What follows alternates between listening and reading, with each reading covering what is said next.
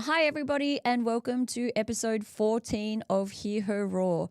Rach and I are back in the Mic'd Up studios this afternoon, and a massive shout out to Dan and the team at Mic'd Up for supporting us every week. Welcome back, Rach. How are you today? I'm well, thank you, Kelly. It's great to be back, and thank you to Gary for stepping in last week. Unfortunately, my work commitments every second Thursday make it hard. Yeah, it's tricky, but we've had some pretty good people that have managed to step up for us, and Gary was all right, I suppose. He'll let you know we'll that maybe he was get great. him back. So we have a pretty big show today with a few things that we've literally just put on the run sheet of some breaking news. But we're going to talk, obviously, all things NRLW from round 3, including a deep dive into our unfortunate loss to the Broncos. We'll have a look at round 4 against the Roosters. You've got some news for us on our Harvey Norman women's premiership side. And then we'll have a little bit of a look at the men's team.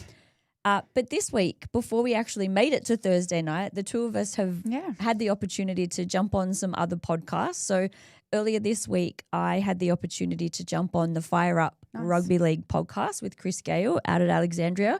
And you had a chance to jump on the Heart of the Jungle pod with Maddie G and Fanatic. So how was that? How did you enjoy being a guest on a different podcast? I really actually enjoyed it. It was really nice to get on there, and it's obviously a different format what Fanatic and Maddie do. Really lighthearted chat to have. So I really enjoyed it. It's nice to get out there and just chat all things rugby league because we could do it underwater. We love it so much. So it was nice to get out there and it's true, isn't it? So I was with Chris Gale, and Chris is a very, very knowledgeable human being. Like, he knows his sport. And there were a few questions he threw at me. I was like, oh, my God, we didn't talk about this one before we came in here. But similarly, it was really nice to talk about rugby league from a completely different angle. We spoke mostly about the men's game and some of the issues in the men's game. But we also did get a really good chance to share the world of the NRLW with the Fire Up community, which is really exciting. And I guess, that's what we've come here to do, is to really help to grow women's rugby league. And promoting it on other platforms allows listeners that haven't yet found our podcast to tune in, hear what we have to say, then hopefully come over and delve in it deeper on our potty. Right. And hear her roar. That's it. So we have some other very, very big news this week that we are very excited to share. So anybody who follows us on Instagram would have already seen this news yesterday, but we would really love to welcome to the Hear Her Roar family our brand new sponsors. Oh, so happy. So happy. Thank you. So our first sponsors are Sydney West Furniture Repairs, who are owned and operated by none other than Phil and Linda DiFrancesco, otherwise known as Auntie Linda and Uncle Pin Phil. Number. Pin number, yeah. So Linda's been on the pod a couple of times filling in for you as well, but their business is based out in Ingleburn, so in the heart of the Macarthur region, near our Campbelltown home base, and they were established back in 1994, and they specialise in upholstery and furniture repairs, obviously, as the name says. So French polishing and restoration, but more importantly, in Linda's first appearance on Hear Her Roar, she talked quite a bit about her journey to where she is and where her and Phil are as West Tigers supporters. So they began sponsoring a player back in 2018, I believe, was the first time they sponsored a player. After years of wanting to contribute to the club but not having the means to be able to do so. And then in 2022, Linda said that Phil asked her what she wanted for her wedding anniversary gift, and she said to him, I want a football team. What a great present. What a great present, honestly. So they sponsored the Harvey Norman's women's team in 2022, and that happened to be the year that we won. They won the premiership. That's right. So there's a beautiful photo doing the rounds of the winning moment with the Sydney West Furniture Repairs logo on the back of the girls' jerseys. But this year they're also sponsoring 2 players' jerseys. So they're sponsoring jersey number 1 and jersey number 7. Beautiful, so great numbers too. Very, very good numbers to be sponsoring. So we are so, so grateful to Phil and Linda for the support that they've given us over the years, but also now that they're given to our podcast to help us grow as well. But alongside... It too is crazy. Alongside Sydney West Furniture Repairs, we are also incredibly proud to be supported by the Village Florist, that is located in Hunters Hill. So Joe reached out to me, and the Begnell family has a long and proud history with the west side of the rugby of the West Tigers merger that stretches back generations all the way back to his grandfather. And he is also an educator. Okay. So, he had that connection to us as well. But he reached out and said he loves what we're doing around the NRLW and supporting Women's Rugby League. They were an inaugural member of the women's side as well. So on the captain's runs jerseys, his name is on there, the same as the rest of us who are inaugural members. But if you are looking for flowers for any occasion, the Village Florist is located in the Miranda building in Hunters Hill. And so Joe and your family, we are so, so grateful for you for believing in us, in what we're building and supporting us with the podcast. And we're really, really excited to continue this partnership as the season continues. So, Rach, you sort of mentioned it a little bit, but what does it mean to you that businesses are wanting to get behind this little podcast of ours? I'm actually feeling really humbled. Like all we can say is thank you. Like the gratitude that Kelly and I want to give out is out of this world. Like we're just two girls who love their football, love going to the games, and to have people who believe in us and believing in the what our perspective is on the NRLW. It's just it's grounding, it's humbling, and thank you. Honestly, like I don't know what else to say. Like it's really humbling. I know. So I feel exactly the same. So it was literally after the first episode that Linda came on that she sort of mentioned that it was something that her and Phil might be interested in. It took us a little while to sort of come and, cross the T's and dot the I's. And then Joe reached out as well and said that he'd seen what we'd been doing in the first couple of episodes. And as you said, to think, this is something that we've wanted to do for a while but weren't quite sure how it was going to go. And then to get 13, now 14 episodes in and have 2 sponsors on the books is very, very, very, very exciting. Yeah. Like I said, I can't go past any more words than thankful, humble, and just completely grateful for them to give us this opportunity and to believe in us. Very it's much beautiful. so, very much so. Excuse me. So before we jump in and talk about the NRLW though, there has been some breaking news out of the West Tigers literally as I was leaving the house to come pick you up to come here this afternoon. Do you want to tell us a little bit about what's going on? Okay, so from what we've heard and read, AD has walked out of training today after Benji took him aside and said that he wouldn't be playing in his preferred halves position and that he would be going onto the bench and being used in the lock position. So he's walked out of training after having a disagreement with Benji. Yep, and Sean's come out today and confirmed that Adam will not be playing this weekend. My viewpoint on it is I've sort of watched, 360, which I know sometimes I shouldn't because it makes me want to throw things at my television. But earlier this week when they were talking about the judiciary where Adam and Latu were both facing the judiciary on Tuesday night, Adam got let off. So everybody expected that he would walk just straight step back into in the team to his position. But as somebody said, and I do think it was Brent Reed, so we don't always agree. Time and date, this is potentially the first time I've ever agreed with something that Brent Reed has said. But he said that if Benji has told Javon that he's debuting, you cannot take that away from a 19-year-old.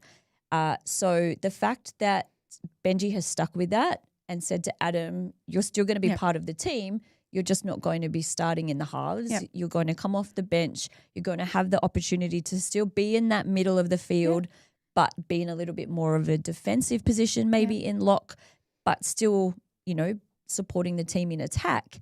For him to, as a senior player, as a leader, as somebody who, people have spoken about him potentially being captain eventually, like where is the team first in this kind of scenario? AD doesn't like his ego being bruised. No. And this is not the first time AD has kicked stones at the club before. He thinks he's a man. He wants to be the man. But he's also a leader. And we've got a young kid making his debut this weekend. I said to you as we were arriving to the studio, what sort of confidence is this going to give Javon this weekend? If AD is a true leader of that club, he should be putting his hands around Javon and saying, I'm behind you. I've got you. Congratulations on your debut. I'm still here to help you. And he's done the complete opposite and walked out in the fucking club. It's really got me pissed off. Yeah. Like, we're already in a clusterfuck situation. Sorry, I'm going to swear a bit tonight. In a situation as it is. And we need our leaders to start stepping up and showing what we can do at this club, because otherwise we're going nowhere for another 10 years. Yeah. I just don't understand how it's always us. Yeah. Like, we were talking before we came in that we've seen this before with Mitchell Moses. Yeah. We've seen it with potentially Lockie Galvin. Yeah. We've seen it with Adam before.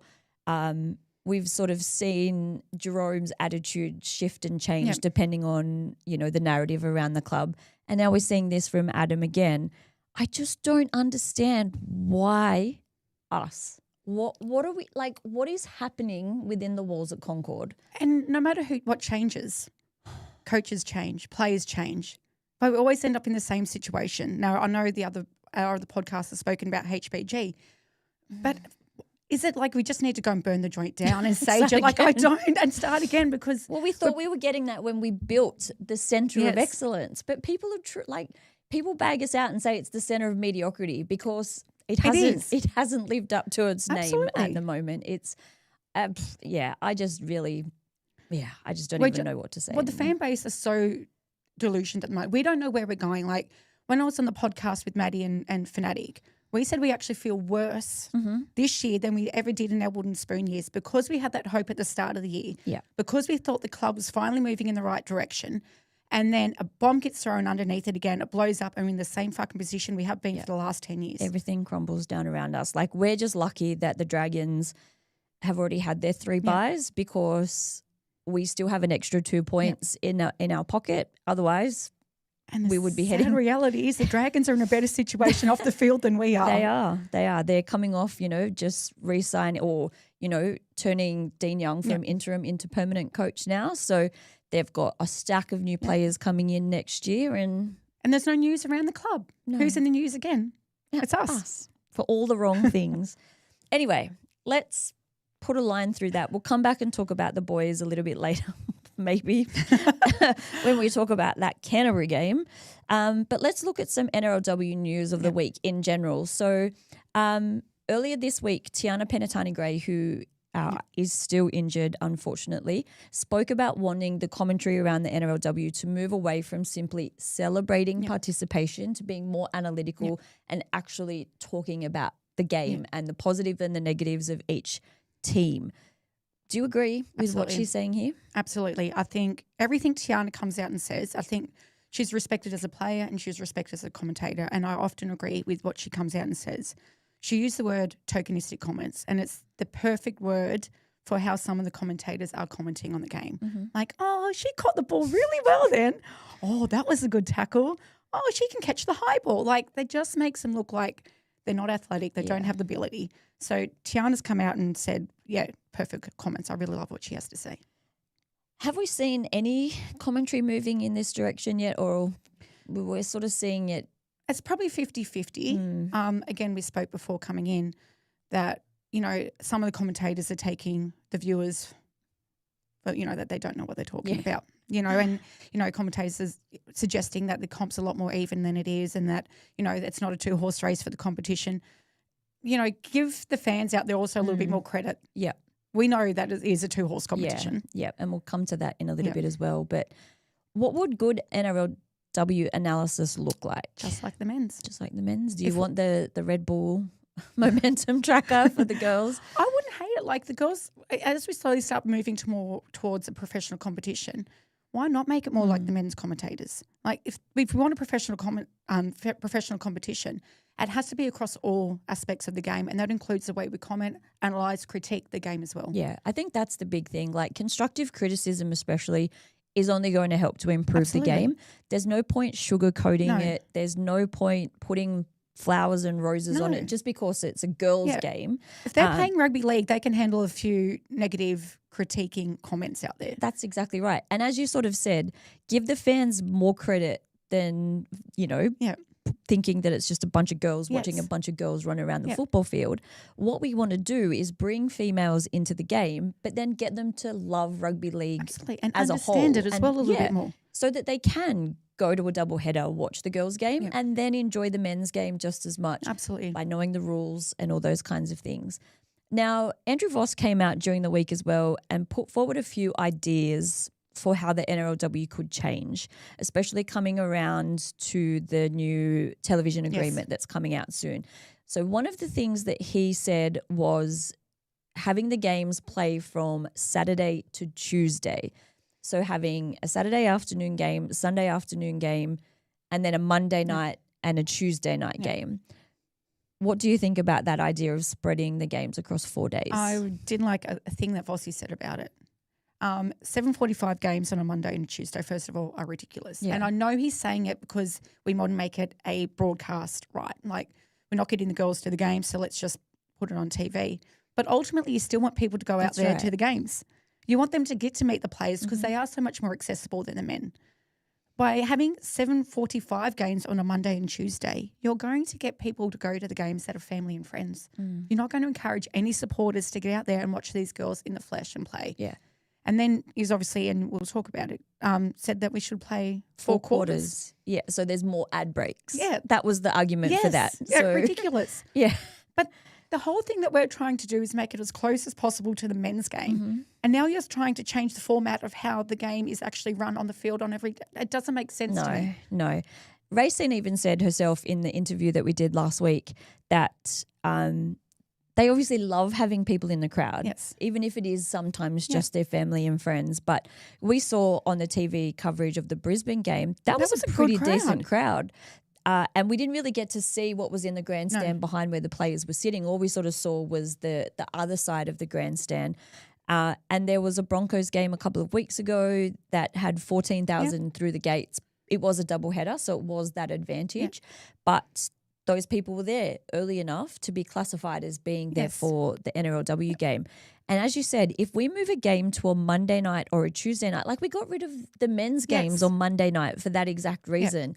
Thursday night's already hard enough. 6:15 on Sundays, not the best time slot either. It's not, but we'll be out there on Sunday. But, you know, it still gives people the opportunity to come. It is, you can still be home depending on where you live. I probably won't be home till closer to 10 o'clock, but that's okay.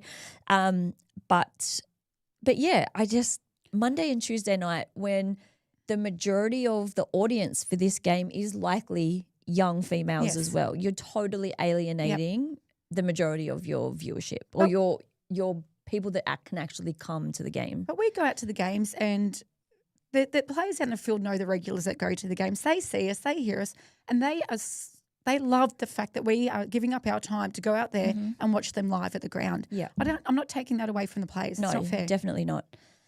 Okay.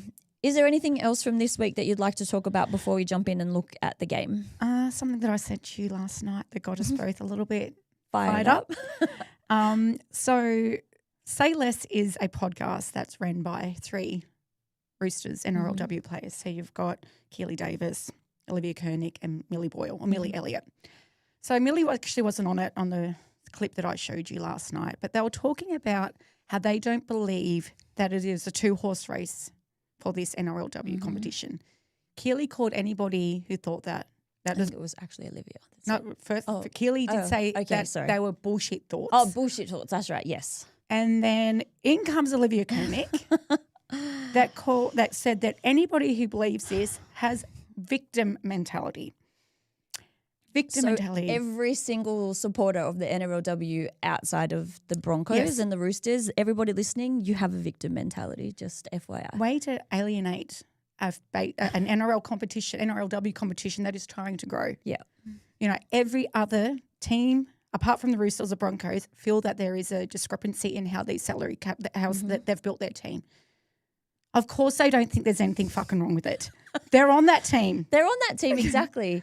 Exactly. Keely did speak about the way that the marquee, I don't know what the actual term was, but the marquee players essentially got moved around back before the competition actually expanded. That's why if you go and look at a lot of the girls that have been in the NRLW for some time, you see them at multiple clubs for short periods of time before they've now sort of established where they are. So it used to be, and we've spoken about this, we spoke about it on our first episode, that, you know, players were contracted for short term to allow the talent to be spread around the competition. Now that that's changed and players are able to sign longer term contracts, we're seeing clubs lock down these players before they're able to even go to market. So before another club is able to even have a conversation with them about spreading this talent around.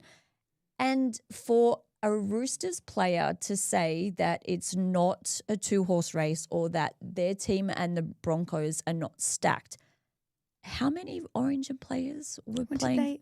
10 of their starting 13 played for New South Wales. Like, please explain. It's you can talk to me till you're blue in the face and try to tell me that it's not a 2-horse race. Absolutely. Tasha Gale said it in the commentary for our game on Sunday, but at that point the scores were still fairly even. We're probably only 20 minutes into the game. Yeah. By the end of the game, it was 40-12. Yeah. And then, yes, the Roosters, their argument was, we haven't had a blowout this season. No, but you've still won 18 club games. Exactly. 18. The Broncos have won 13 club games in a row. The last time the Broncos lost a club game, they lost to the Roosters. Exactly. It blows my mind that they can. I mean, I get it. They play for the Roosters. They can't come out. They're not going to come out and say that they want to change the salary cap. They're in a winning. It's going to be until something's fixed. It's always going to be between the Broncos and the Roosters. Yeah. And the only player that's actually come out and said that she would love a point system or that, this system at the moment is flawed is Tiana Pentatoni-Gray, a current player and a current commentator in the game. And she's come out and said something needs to be changed. Yeah. The big thing, like Brett and I were talking about this because he was listening as I was listening to that grab that you sent me last night, and I was going off and he's like, I can't, there is literally no argument for any of it. In the NRL, there is a price that a player, minimum price that a certain player has to be paid based on their experience. You can pay more than that, but you can't pay unders. You can't pay unders, exactly. So if a player has played Origin or has represented their country, their base price goes up. Yes. Whereas in the NRLW, that doesn't exist. No. There is just a minimum wage. Yeah. And Adel spoke about it quite a bit when he was on a couple of weeks ago, and he said all the club has to put on the salary cap is that minimum wage. 60 grand, sweet. We can pay Olivia Koenig 60 grand. Then we can give her a 1 day a week job being the receptionist at the club, and we'll pay her 160 grand. Whatever it might be. Exactly. And we'll give her a boat and a car. Yes. And a few brown paper bags. And, probably shouldn't have used Olivia Koenig's name specifically, but insert any Rooster or any Broncos name there. And we've heard them come out in interviews and say, I'm happy to take a pay cut to play for a winning team. But it's only a pay cut in terms of what goes on the books. On the books. But it's anyway. So say less. Say less, exactly. Yep. Say a lot less and think about the way that you talk about supporters in the future or, Yeah, don't be so condescending. Yeah. Honestly. Big time. Anyway, on that note, let's talk about, speaking of the 2-horse race, we met one of those horses literally in the Broncos last weekend, and we have the other horse this weekend in the Roosters. But the girls headed to Brisbane looking to make it 3 from 3 wins. So we'd started 2-0, but obviously coming up against the Broncos, we knew it was going to be a really, really tough ask. So the girls did a really great job in those first opening sets. Yep. I think it was 6 minutes where we had them pinned on their line, and even Jessie Southwell struggled to get the first couple of kicks out of their end. It was ridiculously windy. Yeah, the wind was terrible. I don't know where they played that game, but it looked like it was on a boat in the middle of the ocean because, the wind was crazy. But we had we're making really good meters. We were attacking the line, and unfortunately Shanice knocked the ball on. Yep. Wasn't potentially the best pass from Racine. Looked like she was trying to cut Shanice out to pass to Holly, but there might have been a bit of miscommunication. And then the Broncos basically went all the way down the end of the field. They were given a penalty, which allowed them even better field position. And then they had an overlap out wide. and they scored the first try. But not that long after that, our girl Salah, Queen Salah. absolutely like a trademark powerhouse run from her. She got the ball 35 metres out, fended off 3 Broncos and carried one of them over the line. And the sidestep. Beautiful, beautiful try there. And then Racine was able to convert that one. Defensively in the first half, there was some really, really great signs. Lily Rogan was immense. Unbelievable. In defence. I didn't realise she was first that half. tough. I didn't realise she could hit that hard. No. So it looked like a Impressed. few times she was floating into fullback. So her and Caitlin was sort of sharing that fullback position. And there was one point where she held up queen of the NRLW in Ali Brigginshaw over the line and denied her a try, which doesn't happen. No, not often at all. Very often. And then she was really, really unlucky to, off the back of the forced dropout that she actually forced. Yes. So great tackle again, took the Bronco back into the in-goal area. Short, not an overly short kickoff with the wind, but, they spread the ball wide. Lily sort of ran a little bit too wide, and as she got tackled, she put a hand on the line. So it was the first tackle as well, which was unfortunate, but she was just. She really stepped up. She was our honourable mention for player of the match as well. So then sort of midway through the first half, the Broncos sort of started to take a little bit more control with field possession. Jessie Southwell just saw. Jessie Southwell things. Yeah, honestly. a massive gap in our defensive line. I watched that try a couple of times and I can't really even work out what happened there. But was that when our starting forwards came off? Was it? I'm just trying to think. Well, Christian was on the field. Okay. So, yeah, it could have just been after targeting that interchange. And but she literally ran through half the team. It looked like, the seas parted and she just ran through a gap and it was on the last as well. So she was looking for the kick and then all of a sudden the gap opened up. So she ran good through. Take that opportunity. Yeah. And then just literally not even 10 seconds before halftime, again, Jessie Southwell puts a grubber in. It looked way too deep off the boot, but none other than Tamika Upton. Greg Inglis her whole body was over the dead ball line, gets the ball, flings it over her shoulder, and who is standing there but Chelsea. Lenarduzzi? She was just standing there waiting for the ball to go. Hanging out, waiting for them to be told it's time to go into the sheds. Ball lands straight in her lap, hits the deck. It's such a way for the Tigers to we're known for getting tries against us in the dying seconds of the first half. Yes. But that was, Yeah. So instead of only being down by 10, we ended up going into the sheds 22-6, which, it wasn't indicative of how well we thought. No, 16-6 was a lot closer to, well, it was, as you said, a lot more indicative of how we'd been playing. But coming back out onto the field after halftime, Racine pulled out of a tackle a little bit foul. I don't know what the right word to use for it is, but she sort of stayed down for a little bit. Jessie Southwell saw that there was a player missing from our defensive line. Jessie Southwell does what she does. And then again, so they were the first to score in the second half. But then, same, Racine McGregor. Now, I think this was after she was told that she needed to go for HIA, but then they actually got it mixed up and it was supposed to be Kezi. But I still believe it should have been Racine. Yes. There was a bit of, I didn't know what was going on. No, because I messaged you and said, why is Ray still out there? Isn't she meant to go? Racine was ready to go, even though she was sort of arguing the fact that she didn't want to because all the players never want to leave the field for HIA. And then the ref goes, oh, no, wait, it's Kezi. And Kezi's like, what? Kezi had hardly been tackled the whole game. But anyway, 2 minutes later, Racine scores. So it was and they perfect. fell for her dummy, didn't she say? Didn't they what?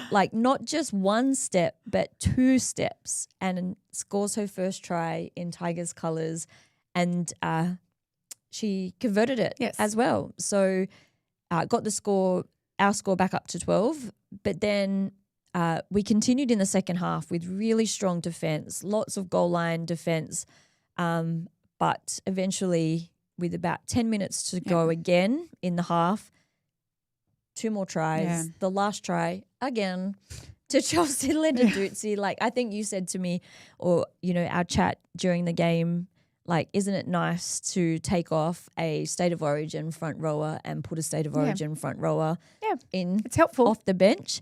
But I didn't think it was a try because she dropped the ball, but then they send it up and it's deemed a penalty try because Shaylee's boot touched the ball. I don't believe Shaylee was striking at the ball. It was just that she was tackling the ball and her feet, or she was tackling the player and her feet entered the play and touched the ball. Is it because it's West Tigers? Is it just filtering into the NRLW team as well?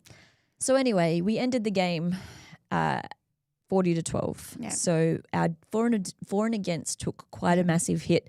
We are sitting now in 7th position with a -4 points differential. So as someone said to me though, the Broncos will play and score 40 points on pretty much everybody and it'll balance it out. But let's look at the spark, the frustration and the talking point. So what was your spark? So your moment, player or effort that gave you confidence in this side? I've got 2. It was Salah's try because she's just a machine. Like, she impresses even most hardened male, watcher of the game. And Lily, like, just for her defensive efforts, she can sometimes – you don't always notice her out there.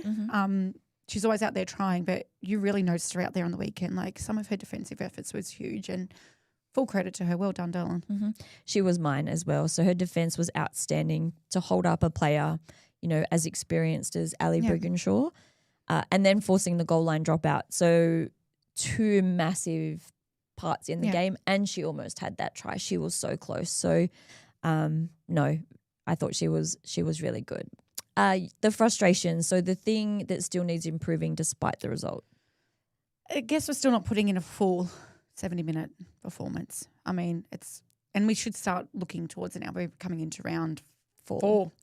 So we really need to start, those moments, like that moment before halftime when Tamika Upton set up that try. I mean, sometimes things just happen and you can't prevent it, but we've got those lapses still, like you said, with the Southwell try when she just ran through the defence. We really need to start looking at those moments in the game and just covering that better. Yeah. For me, it was the try before the first Lenarduzzi try and not wrapping the ball. Yeah. So it was the last tackle and the ball went through 6 players' hands. So it started on one side of the field. I think it was Romy Teitzel that offloaded it first, and then Upton offloaded it, and then someone else offloaded it, and then they threw a cutout pass to Brigginshaw, and then Brigginshaw threw a cutout pass to the centre, who got it to the wing, who was wide open. Yeah. So surprisingly, we kept the Broncos to the least number of offloads they've had this year. In their first game against the Cowboys, they made 17 offloads. That's crazy. The game against the Sharks, 11. We kept them to 7, but the ones that they did were able to capitalise on. So we need to make sure that we're wrapping the ball, not allowing them to get that second phase play, because it seems that our defensive line then just sort of falls apart a little bit. What about the talking point? So the thing that everyone should be discussing after this game. Getting out to Leichhardt on Sunday. We've been we've been on social media about it. Get out there and support our girls. They deserve it. Everyone get out there. Like, we're not going to be playing at Leichhardt much over the next 18 months, 2 years. Get out there and support this wonderful group of girls. They deserve our support. And that's sort of my talking point. It's sort of a different spin. But what we saw from these girls for majority of the game, apart from, as we said, those few minor lapses, is a reason for people to get behind this side. Like, they put it to the Broncos for the majority of that game. There was maybe 2 arsey tries to the Broncos and then a couple where we needed to be a little bit better. But coming off a wooden spoon last year, having quite a big turnover of our team, we've got quite a few new players in the starting lineup that are still getting to know each other, still gelling.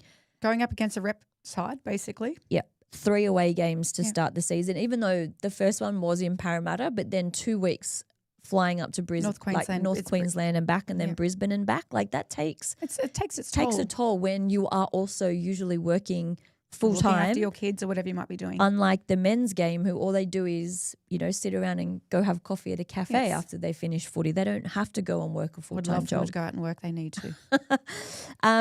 But yeah, anything else that you'd like to say about this game before we sort of move on and look at the I other think games we've from covered, the round? I had other notes down, but we've already spoken about them, about the commentators and how they need to be a bit more realistic in what they're saying. So, yeah, that's already been covered. Yeah. So for the other games from round 3, there were some very close games, but also some very not close games. So firstly, the Raiders took on the Roosters on Saturday afternoon, and we sort of watched part of this game. Shout out to Yodi for hosting us at his place for lunch before we headed to whatever it's called, whatever that stadium's called. I forget what it's called now. But the Raiders were able to hold the Roosters to 4 points. So it was 22-18. So Jocelyn Kelleher managed to convert 3 of their 4 tries, whereas the I can't think of her name off the top of my head. I think it's Zahara Tamara, who's the kicker from the Raiders, was only able to convert a penalty goal. Yeah. So it was the kicking that made the difference. Huge part in the NRLW this and we've spoken about that a little bit as well. So the Raiders had more possession and completed at 82%. So they're playing really well. They're surprising me. They are. Sheridan Gallagher, again, was outstanding. So she's been a really good get for them this year. And then Jamie Frezard for the Roosters scored her however many double it is. Then we headed to New Zealand and the Warriors 42-4 over the Cowboys. So the poor Cowboys are now 0-3, so they have not won a game yet. The Warriors had a loss in round 2 but bounced back in a huge way. And they've had a lot of injuries too, so good on them. Huge number of injuries. So Lavinia, now I'm probably going to get this very wrong, Tauhalaliku was unstoppable. So she scored 4 tries and ran over 200 meters. Wow. The Cowboys, though, I'm not quite sure where their first win comes from. They had 15 errors and 37 missed tackles. They're struggling, aren't they? They've only scored 26 points this season. Not that we can talk. Our boys have only scored 22 points in the last 3 games, so they're doing better than the boys. The Bulldogs, then we sort of saw the second half of this game before the men's game at a Core Stadium, defeated the Sharks 24-18, which was their first win of the season. Samina Lokatui, maybe, scored the first hat trick of her NRLW career, which was great. The Sharks are also 0-3 now, which is a huge fall from grace from last year. They are missing, as we've sort of said, Tiana Penatani-Gray, who is their captain and one of their most capped players. But they did have a couple of opportunities at the very end, but just weren't able to capitalize on them. Then we had the Titans playing the Eels. So the Titans produced one of the performances of the round, running away with a 50-12 win over Parramatta. 50 points, 8 different players. Wow. 8 different players crazy. Scored tries, and the Titans basically just controlled the game from start to finish. So again, Parramatta also winless. Haven't won a game. So Sharks, Cowboys, Parramatta. They've only scored 36 points so far this season across 3 games. And they've also lost Casey Tohihiku for 3 games for a hip drop. God, that's the second time they've had a player suspended for. Yeah, it was not a good one. I did see it, and the Titans player did get up and continue the game, but yeah, it was textbook hip drop. And then the final game of the round was the Knights, 38 big scorelines to 0 over the Dragons. So the Dragons haven't scored a point in their last 3 halves of football. So they beat Parramatta last week, but they scored all their points in the first half, and then they haven't been able to cross the line since. So similar to the Titans, there were 7 different try scorers for Newcastle. So really showing that, unlike some teams where, you get your hat tricks or your 4 try scorers, seeing so many players being able to score across the park shows the talent that some of these teams have. But see, when we talk about the 2-horse race, you could almost talk about the 2.5-horse race, because Newcastle, now that they've lost Southwell, people claim that they've sort of dropped in terms of their their power, Yep. but you drop Southwell and you replace it with Kira Dibb. Yep. Not a bad Again, replacement. Origin player for Origin player. Just a little bit further on in her career. Massive downside for the Knights, though, with Yasmin Meeks suffering a season-ending ACL injury. That's a huge loss. Huge loss for them. Their captain, she also will miss World Cup at the end of the year. And it's 12-month layoff, pre-season and the start of next season as well. It's huge. And Origin, if Origin is, the same as this year. So I think I counted. So Watch Your Footy put out a post of the injury lists for each team. And I think I counted 6 or 7 ACLs. Wow, already. From pre-season or this season. And NRL Physio said that females are like eight or 9 times more likely to suffer an ACL than a male rugby league player, which is huge. So not only are we dealing with salary cap, with having to work full-time jobs, we're now also having to deal with the fact that we're more susceptible to injury. And long-term injuries, it's not, ACLs obviously 12-month recovery period. Exactly. Exactly. So, Rach, what was the biggest surprise out of this round for you, outside of us, of course? I was really impressed with the way the Raiders took it to the Roosters. At the start of the year, I thought the Raiders might struggle. But, they've really come out and surprised me a little bit this year. So, well done for taking it to the Roosters. And I do believe there was a few dubious calls that favoured the Roosters in that game also, maybe a try or two. I really felt sorry for the Raiders, but well done for taking it to the Roosters. Yeah. Was there any particular players that stood out for you? Oh, Southwell. She's just Andrew Johnson of female body, isn't she? She's just talent across the park. And I hate saying it because it was against us, but she just cut us to shreds. Cut us to shreds. You sort of mentioned the Raiders as your biggest improvers so far this year, but what about biggest concerns? Who are you worried about at this point? The Sharks. What's happening there? I know they've obviously had a few injuries, but they completed at 69% on the weekend. Yeah. You can't do that in a professional competition. The thing, looking at their injury list, it's really only Tiana that's out from there. So what's happening? Yeah. I'm perplexed. Yeah. They've, like you said, they've fallen from grace. They were deep in the finals last year. So anyway, I think this week they are. I didn't take a note of who they're playing this week, but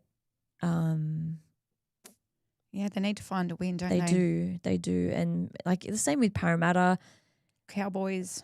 Yeah, Cowboys are one that's sort of interesting as well, but they have lost a few of their strike players. Looking through their team list, it's quite a new team. So they've lost Dibb, they've lost Whitfield to pregnancy. Like they've lost a couple of really good players as well. So it is only round 4 this weekend though, so there's still more than enough time. Absolutely. In a short competition, but you sort of need to turn it on now pretty quick.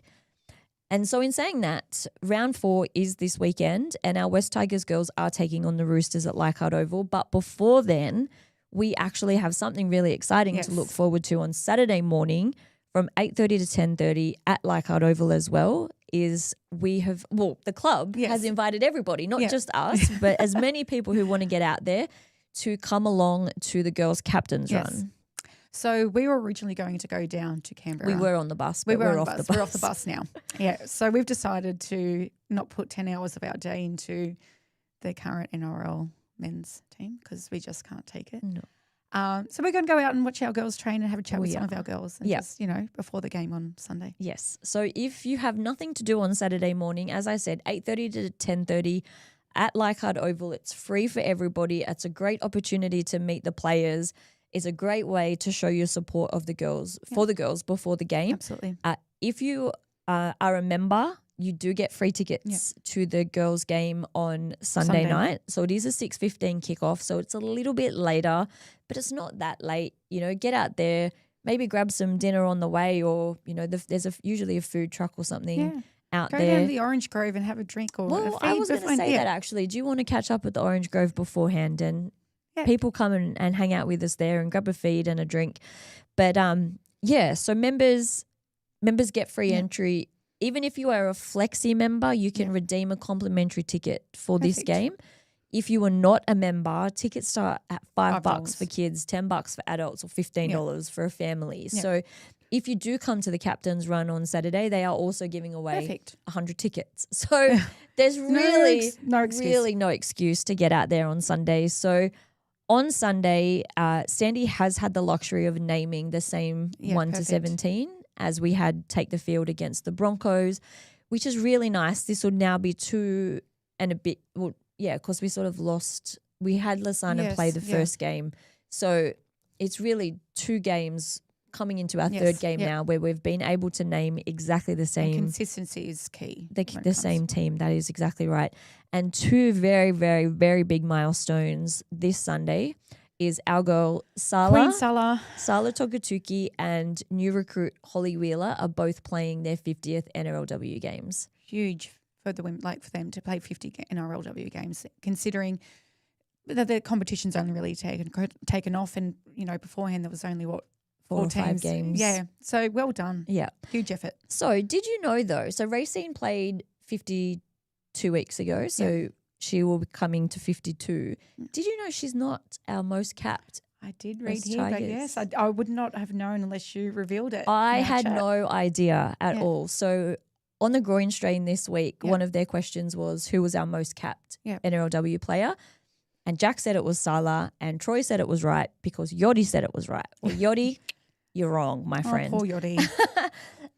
So it's not Racine. It's obviously not Holly, and it's not Salah because they're hitting 50 this week. It's actually Shaylee Bent. I wouldn't have guessed her if I was given that. Yeah. If I was asked that question. This weekend, Shaylee Bent will play her 54th NRLW game, which is pretty that just shows that we've got a bit of experience coming through too in our team. That's what the commentators mentioned on Sunday. So with Shaylee, Racine and Holly Wheeler alone, we've added over 150 games of NRLW which is massive experience. for NRLW. Massive. Huge.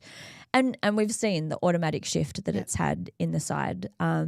We mentioned earlier, or actually before I do, I'm going to embarrass Salah here. So today I know exactly what you're going to do. I was putting together a little video. The club put out a brilliant video. You know, our media team at the Tigers does do elite content. And so I thought I'd try to put together a little highlight video for Salah for her 50th game for our Hear Her Raw page. And so I Googled Sarah Tokutuki videos, and up popped this YouTube channel from 13 years ago. Baby Salah. Getting her groove on. Like, we knew she could dance, but I didn't realize how far back it went. Like, she has the moves. She has the moves. So anyway, God bless you, Salah. We love you. We will be there on Saturday and Sunday cheering you on all the way. But before we move on, where will this game be won or lost, do you think? Oh, God. How do you nullify the Roosters team? I think you've got to take it to them early. I think that's what the Raiders did in their game. You've got to try to take their halves out of the game early, power through the middle, but you've got to play for 70 minutes. You can't have a lapse in concentration for the entire game. Yeah. Here's a question. It's now one that I haven't put on the run sheet, so it's going to be oh, thank you. But Joe from the Village Florist, he reached out to me and he was wondering whether Namoy is the right person to be in the centres when it doesn't matter what side of the field she's on, she's probably up against the number 1 and number 2 best centres in the game. There's true facts. But then who do we replace her with? That is my question. Is the only person you could replace her with is Rukia, and unfortunately the only reason why Namoy is there at the moment is because Rukia is injured. You know what? We've got such high hopes for Namoy, and the club has such high hopes for Namoy. You know, we've heard Charmaine and Adel both speak highly of her.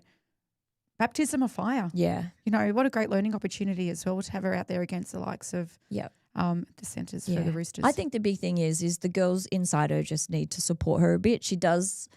There were a few times where she ran in the Brisbane game, and that's something that you just can't do with those kinds of teams. But she doesn't like confidence. No, she doesn't. She's fiery. She put on some pretty big hits on the weekend. So I think that's the big thing is she's just got to, if she's gonna take a run out of the line, she's got to make sure she hits and she gets that player and she wraps the ball and, you know, she's got to hit and commit. Yep. Go Namoy. Go Namoy. What would a win mean to us against the Roosters coming off 18 club wins in a row?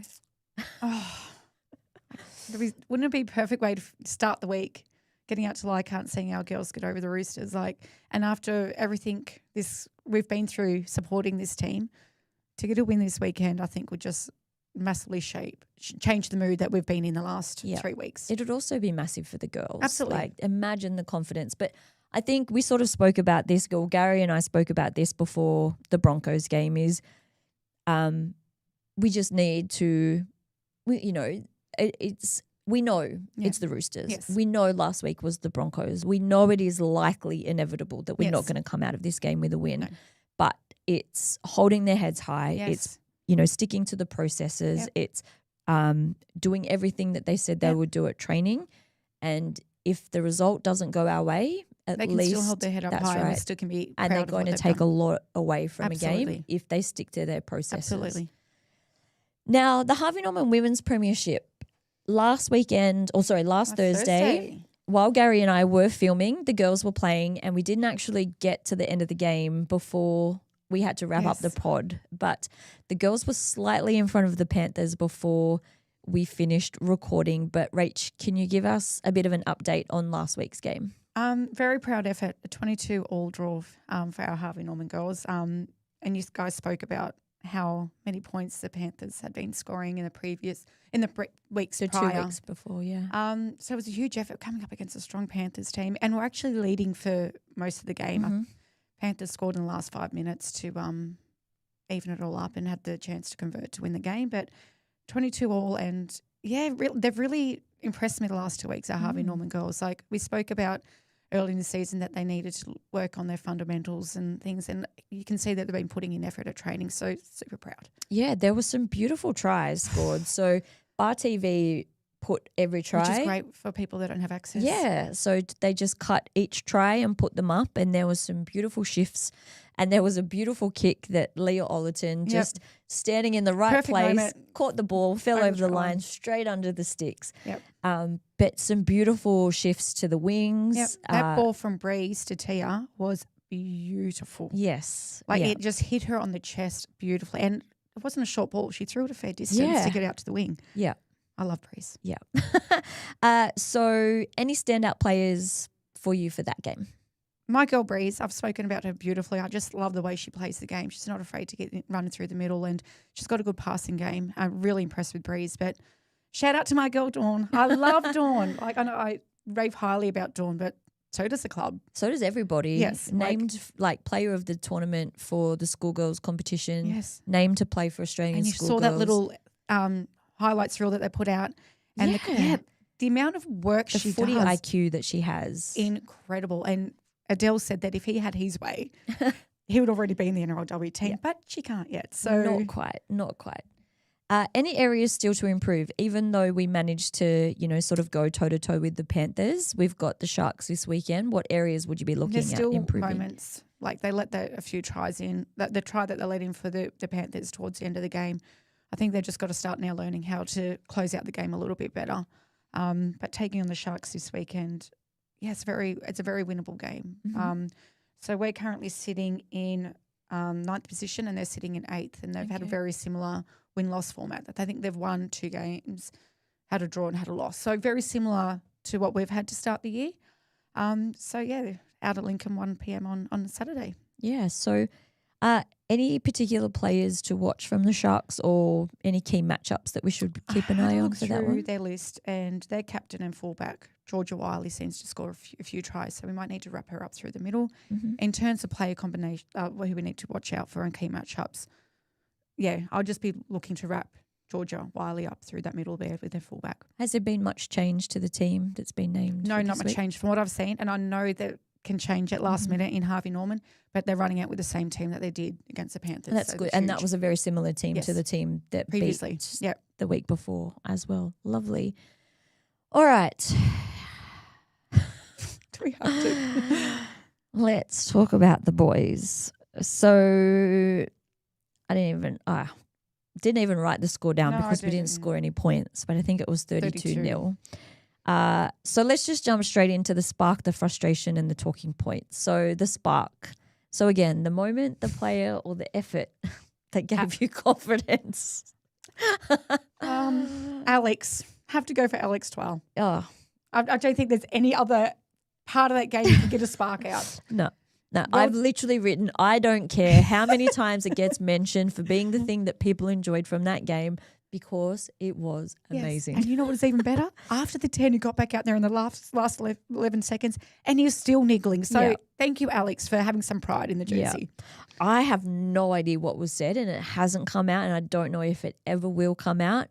But Alex Twal is he's literally a gentle giant. Exactly. He is the most humble person on the planet. He was on the fan on this week with Vossi and they must obviously just record. They must go and spend a day at the club and record a whole bunch of content and then drip feed it out throughout the year. But, you know, for a guy that is so placid, yeah, like for his size and to see him react and then stand over him and he went down. And Salmon, he doesn't have the best track record from rumours for what he says about coaches. And no, I'm looking forward to the interaction between Ricky and Twali on Saturday. Go and shake his hand. Okay, what about the frustration? One thing that needs improving despite the result. Where do I start? It happened in the first 40 seconds. Let's be real. Buller probably should have never let that ball roll over for the 40-20, but it's not just Buller's fault. He'd never got a call from players that were further up the field because, you know, Buller could be standing 60 metres back and not really see entirely where he's kicked it from. It was a whole series of errors. And then, sitting next to Maddie, I said the worst part about this is the Bulldogs scored straight after. Yeah. We didn't even have the gumption to defend an error. No, mine literally says the first 105 seconds because in that 105 seconds, O'Sullivan kicks a 40-20 in 35 seconds in and Jethro Rinakama scores at 1 minute and 4 seconds. Yeah. What a great way to start a game of football. Talking point, the thing that everyone should be discussing after this game. How the fans keep turning up. We had a wonderful crew. There was about 20 of us, if not more, by the time the game started. Yeah, of supporters there. And we're talking about supporters and members that go to every game, but we're talking about people that do come on podcasts like ourselves and Gary and Maddie and Shaq and Fanatic. There was a wonderful crew of supporters that have remained true and loyal to this club. And we had to, how do we keep turning up? The last 3 weeks have been absolutely diabolical to sit through. And I've just, we're not going this weekend. So we've lost faith. Yeah. And shout out to anybody that does get on the bus and go down to Canberra because you are much better people than we are. Yep. But you know what? I'm not going to apologise. No, you can call me whatever you like. I can take a loss. I'm used to it as a West Tigers supporter. Mm-hmm. But when there's clearly no effort, pride in the jersey out there, that's what hurts as a supporter. And a member who's getting out to all the games and then uses her time or their time to make content, to make podcasts for the love of this club and for love of the game, and there's no pride in the jersey out there. There's more pride in the stands with the fans. Yeah, we're trying to do our bit to support the club, to make people making it very hard. To encourage people to get behind them and things. But it's all I can say is I'm glad that we've got the girls to talk about for 45 minutes. Absolutely. And then especially with literally the shit that hit the fan this afternoon with Adam Dewey, it's like if a player that is getting paid a considerable amount of money to run around a field with a football can throw his hands up in the air and say, well, you know what? I'm not playing this because you're not giving me what I want. Well, you know what? I'm not coming to support the team this weekend either. So in saying that, the team is taking on the Raiders at 3:00 on Saturday afternoon down at GIO Stadium. I've never been to a game at GIO, which is why I ordered several. Which is why I booked the tickets on the bus because I was looking forward to it. But actually, no, I tell a lie. I lived in Canberra. I went to uni in Canberra and it used to be that if you were a member of the Catholic club, it was walking. We used to live walking distance from the stadium. So you would go and get your schnitty dinner at the Catholic club and then you'd get a ticket and a green milk. Oh, delicious. Yeah. But anyway, so the lineup, there is a bit of talking point around the lineup because our back five, 3 out of our back 5 were not in the team last week. So we've got Buller at the back, we've got Junior Tupou and Tino Tavana on the wing, and then Taruva and Herbert in the centres. So Junior Tupou has come back to the West Tigers after a secondment at a couple of places. The Roosters We're not even and making the grade at the other clubs. The Dolphins and the Roosters. I think it was. I was never a huge fan while he was at the West Tigers. We won't say what you call him. But I am happy for him to prove me wrong with an improved performance this weekend. I am excited to see Patrick Herbert back, however. I think he's a little a pocket rocket, nuggety centre. What odds at the start of the year would you have been given to have that back five? Oh, yeah, you would have 101. Oh, easy, 1,000 to 1. Like, yeah. Anyway, Luai and Andrews in the halves. Good on you, Javon. Very excited. Absolutely smashing it in New South Wales Cup. 23 try assists. The next closest is 15. Yeah. So he knows how to hit his and 90% of those have gone to Sol Sakura on the wing, who has scored 19 tries in Cup, and I think is 6 or 7 in front of 6, 7 Adel, in front of the next player. Starting forwards, apparently a Terrell May and Fanua Pole, and we assume that will not be the case come 3 o'clock because it hasn't been for the last month. And Appy back in the number 9 jersey, Samuela Fainu and Ethan Roberts in the second row, and then Alex Twelboa in the lock position. On the bench, Haywood is back in the 14 jersey, and Sione is now on the bench because Ethan has taken that starting position in the second row. Alex Seyfarth and Bunty Afoa then round out the 17 with Stafford Toa and Jock Madden then on the extended bench in 18 and 19. Macassini has been pushed all the way out. He hasn't also been named in Cup, which is quite interesting. Latu was named in 21, but as we've heard from the judiciary, will now miss 3 weeks instead of 2. And Adam Dewey, well, we've just spoken at length about what's happening with Adam Dewey. So if our 1 to 19, if anything happens to our 1 to 19, God knows what we're going to do because we don't have 21 or 22 to lean on. So what do you think? What do you think about these changes? Is Benji just grasping at straws, throwing shit at the wall and hoping something sticks? I think that's it. I don't know what else he can do. Honestly, the fans have been calling for changes. I mean, Star can't be there anymore. He looks completely disinterested in being part of the squad. So maybe he's just like, well, let's just see what happens and go with it. We can't make the finals now, so we might as well just see what happens. Unless we win 7 in a row. We can't even win 4 in a row. We can't score points. True. I did have the question, do you think Javon will play? But that was before the shit hit the fan this afternoon. So even Kelly's swearing today. The answer to do you think Javon will play is now yes, because Latu can't play. Adam Dewey has taken himself on a mini holiday. Now he's out there kicking stones. The only other one is Jock Madden, who's been named in Cup. If Jock doesn't play and Javon, if Jock and Javon play in NRL, then Cup's, I don't know who Cup's playing. But you know what? They'll just go find someone off the street. Makes me a little bit more excited for this game. Yeah, it makes me a little bit more excited for this game, seeing a young fella make his debut. So I'll watch it with a little bit more keenness. Yeah. I don't know where I'll be watching this one. I've got a few different. It'll either be at home on the lounge in front of the heater, or I'll head out to Summerhill Hotel with the. I might be going out to the Bulldogs Warriors game in that's when you know that things are the way they are. If you're willing to go watch 2 teams that you have absolutely no interest in, just for corporates, free corporate certificates.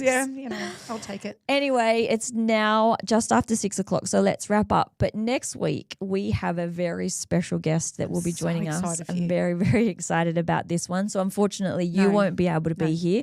But joining me in the mic'd up studios will be none other than Rugby League Hall of Famer Tasha Gale. That's huge. So one of the pioneers of women's rugby league. So we were lucky enough to talk to Tasha at the season launch, and we talked about the pod, and we said, would love to have you on. And she'd heard about the pod. She had heard about the pod as well. So Tasha will be on next Thursday, which will lead us into the NRLW Magic Round, which is that following weekend. So I'm really excited to hear about her story, her connection to the Tigers, and how she sees the future of the NRLW. But Thank you, everybody, for joining us this week for episode 14. A massive shout out to our sponsors, the Sydney West Furniture Repairs Group and the Village Florist in Hunters Hill. We appreciate you more than you can understand. So everybody, get out to Lackey on Saturday morning from 8:30 to 10:30 for Captain's Run. If you can't do that, 1 o'clock at Lidcombe to support our Harvey Norman girls. But most importantly, Sunday afternoon, 6:15. So get out there well before 6:15 to watch the girls warm up and take on the Roosters at Leichhardt Oval. So, Rach, thank you so much for joining me again. And sorry for all the swearing. Very fired up. But I think most people will realise that it's validated and warranted. But anyway, thank you so much, everybody. Have a great weekend and go the Tigers.